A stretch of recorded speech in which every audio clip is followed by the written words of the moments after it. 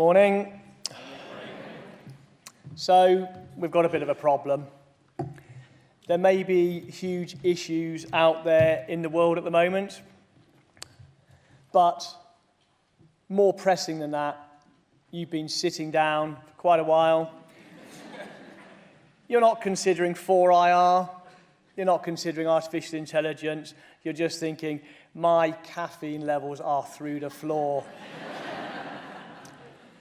I get that. A bit of Winston Churchill, why not?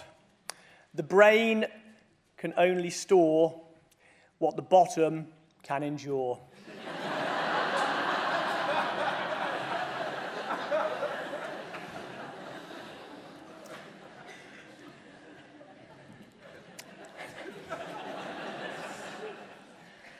I'm Chris, this is Lottie. I thought everybody was bringing their dog today.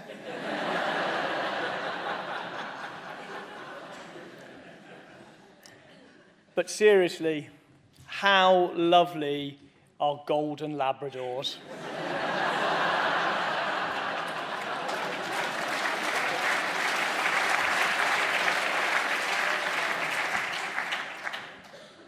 Sorry, what's funny about that? I got her. She matches my pink suit. It's all good.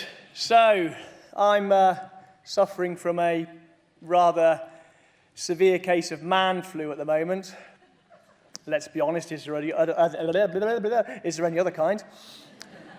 So while you're thinking about coffee, I'm mainly thinking I hope I manage to stand up until the end of this presentation. The thesis goes something like this. The bots are coming, our jobs are going, and we're all off to hell, and no one is even sure whether there's a handcart. Now, in all my work in Parliament on the Artificial Intelligence Select Committee, I joined that committee, it was called the AI Select Committee, really disappointed when I went to the first meeting and it had nothing to do with artificial insemination.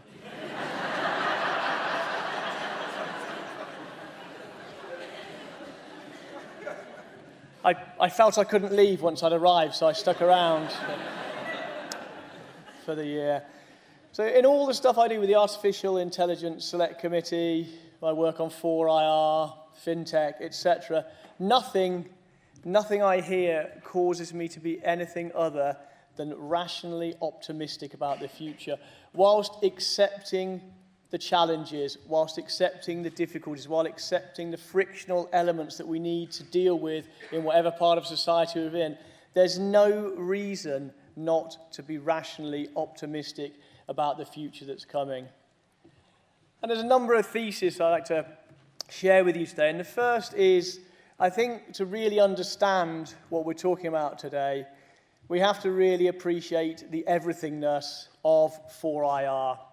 There are many people in Parliament, as in other walks of life, where they think my area of work is defence, home affairs, education, environment, whatever it may be.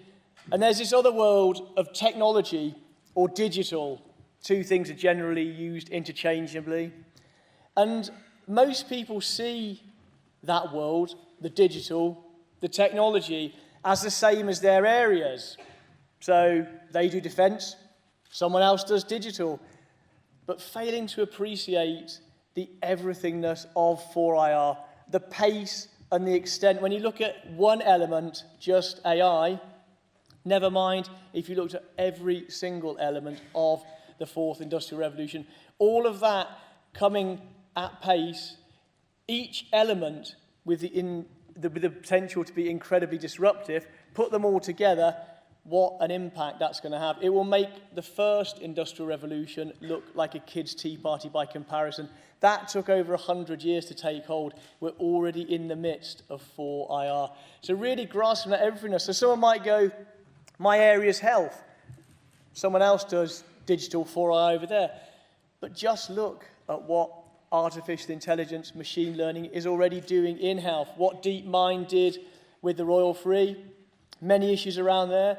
What DeepMind are doing with Moorfields in terms of being able to look at so many scans of people's eyes not through that then replacing the consultant, but augmenting what that eye consultant is able to do. So that's the first thing, the everythingness of this, really having to grasp it. Whatever our area is, this will have such a profound, and if we as the human, as Prime, get involved, a profound and positive impact. But the second point is that we need to consider that everything and nothing changes. We live at an age when we've never taken more photographs.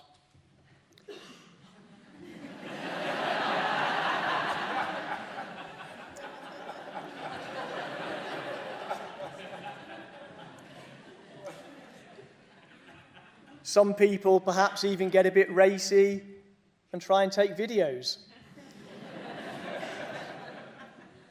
But we live at a time when we've never taken more photographs, and yet, where's Kodak?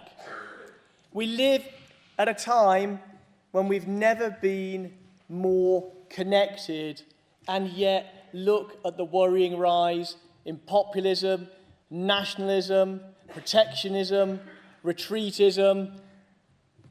He's been mentioned in pretty much everybody's presentation so far, so I'll just say Trump. We'll move on. Contrast, everything and nothing changes, and what doesn't change is the human heart. What do we want? What society do we want to live in? What do we want our organisations to be like? What kind of experience do we want to have both in work, at home, and in every aspect of the human condition? All of that remains the same. So how do we go about navigating our way through this to deliver the public good, to deliver the empowerment and the enablement for individuals in public, private and social life? The fundamentals remain the same. Leadership. We need fantastic leaders. Technology, 4IR, is not something which at a governmental or an organisational level should be parked in the IT department. It shouldn't just be the responsibility of the CIO or the CTO. Technology is too important to be left just to the technologists. And there's much said about predictions. Futurology has got to be the greatest job on the planet. You're never right, but by the time people realise, you're buggered off and you're doing something else. So I'm going to make a few predictions now. No, the point is, it's not about predictions. We don't need to predict, we need to choose. On the evidence we have, and as leaders it's difficult because we need to move forward, making choices on partial evidence, being comfortable to act even when we don't have the full picture, being prepared to start a journey even if we don't know the destination. Imagine we're about to embark on the Second World War. Europe is on the brink. Our government go to the Ministry of Intelligence and they want to develop a ray gun. Now that would be a fabulous bit of kit in warfare, wouldn't it? You're gone. I don't think it would make a noise like that because that wouldn't be very scary if you were actually sort of facing the enemy and you just went zoo.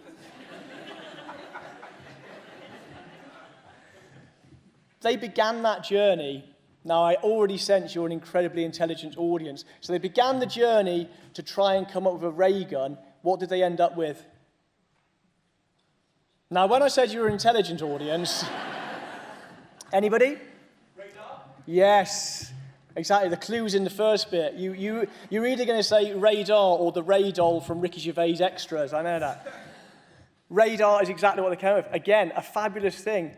Begin the journey with confidence, with evidence, and with rational positivism, even if you don't necessarily know at that point what the destination is.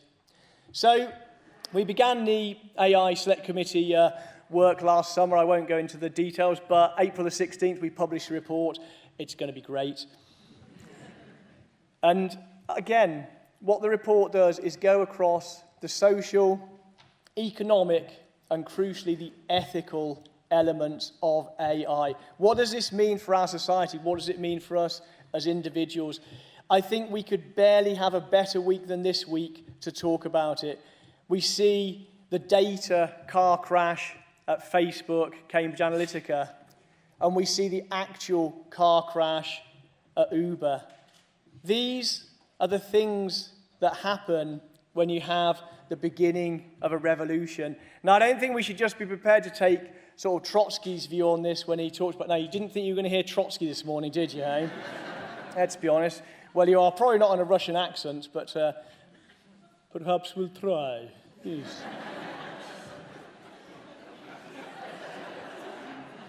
That was a bit more Scottish, actually, wasn't it? Imagine Trotsky, Scottish, going, "Hey, it's bloody freezing here at us."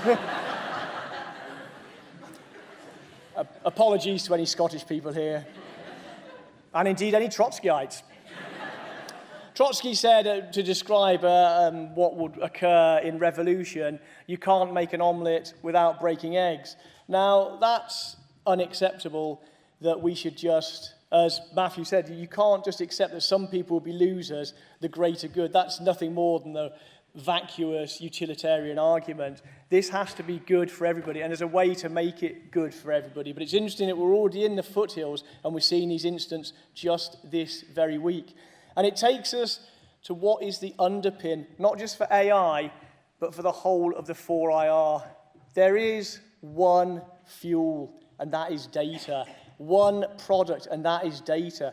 Facebook, Apple, Google, Amazon have a larger market cap than the whole of the FTSE 100. And yet, in reality, the only product they have is our data. As organisations, as individuals, we should be incredibly thoughtful about what that means. We may have our smartphone in our hand, but it's the size of our data footprint that we should be considering. And the thing about AI, to demystify it, we shouldn't be concerned. I say we should be positive, because it's been around for years. And as soon as something becomes embedded and accepted, it no longer becomes mystical or AI-y. Is that a word? AI-y? AI-y. Sounded a bit Scottish as well, didn't it? AI. Years and years ago, 40 years ago, there was a primitive piece of AI translation software. It was translating the Bible from English to Russian. And for the phrase, "The spirit is good, but the flesh is weak." The spirit is good, but the flesh is weak. The AI translation came up with, "The vodka is good, but the meat's gone bad."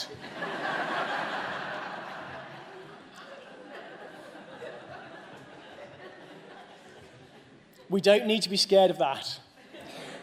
Over 20 years ago, IBM's computer beat Garry Kasparov.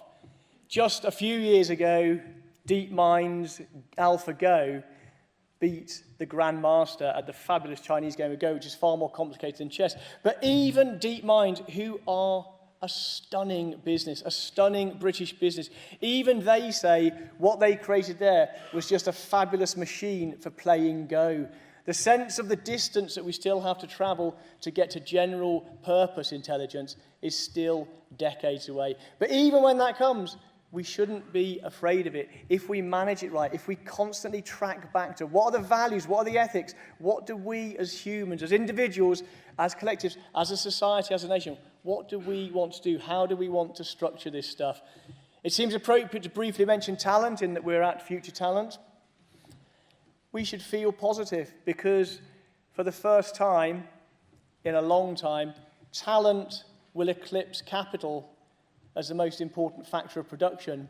Loads of issues around that. I won't go into them, but that's a reason to be cheerful. Inclusion, absolutely critical in terms of digital skills, in terms of having everybody in the room, as Deborah so eloquently pointed out. How can it be that we'll have the brightest and the best out of 4IR when recently, the last exams for computer science, over 4,000 young people took the A-level computer science exam. fewer than 100 were female.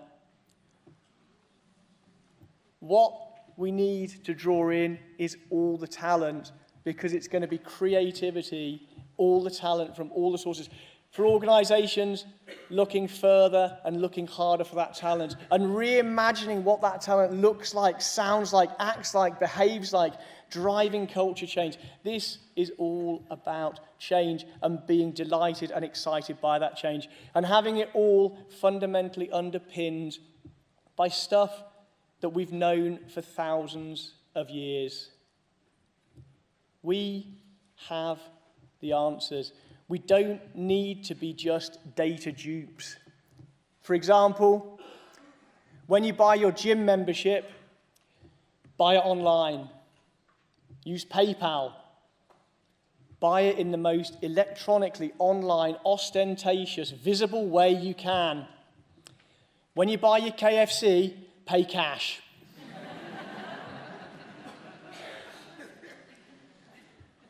The fault, dear Brutus, is not in our stars, but in ourselves. We have the potential to drive the 4IR, not be driven by it. If we focus on connection and collaboration, responsibility and reciprocity, crucially, transparency and trust, we can not just make it a success, we can make it a glorious success. Thank you very much. Holmes, I've got one question for you. Is that okay?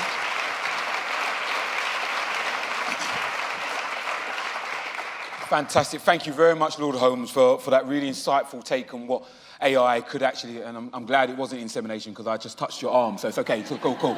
But it's the beginning of something. If only I should be so lucky. If only I should be like you also, we are going to raise the tone, I assure you.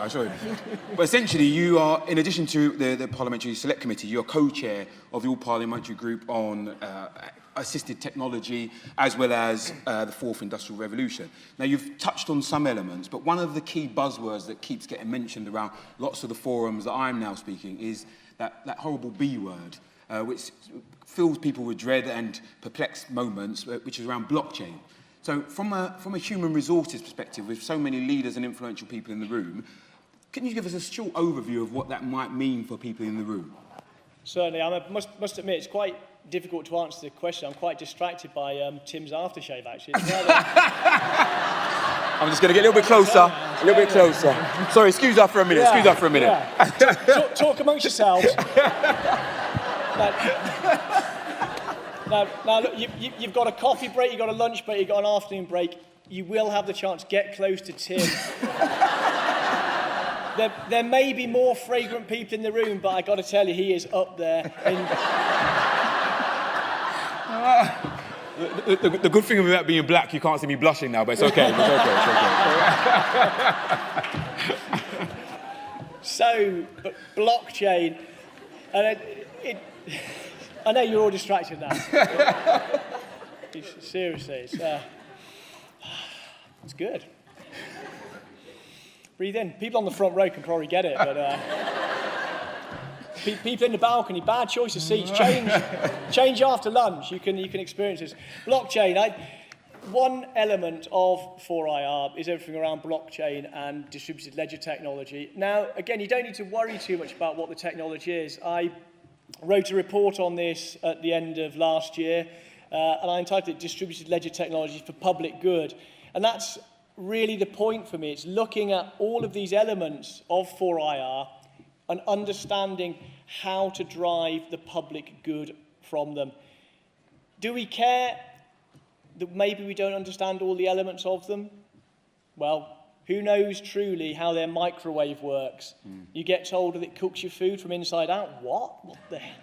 All you need to know, though, isn't how the microwave works. You want to know, will it cook my tea in a way which is reliable, consistent, safe, etc., etc.? And that is the same thing with all the elements of 4R. So to have potential blockchain solutions, let's put Bitcoin to one side for a moment, as it sort of takes all the power from a major city for one transaction. But there's potential from blockchain to really drive organizational and national betterment from it. So when you're feeling a little bit insomnia, pick up my report by page 2, sorted. You'll be well asleep. Done. Please, big round of applause for Lord Holmes. Thank you very much. And we're going to come up and get you.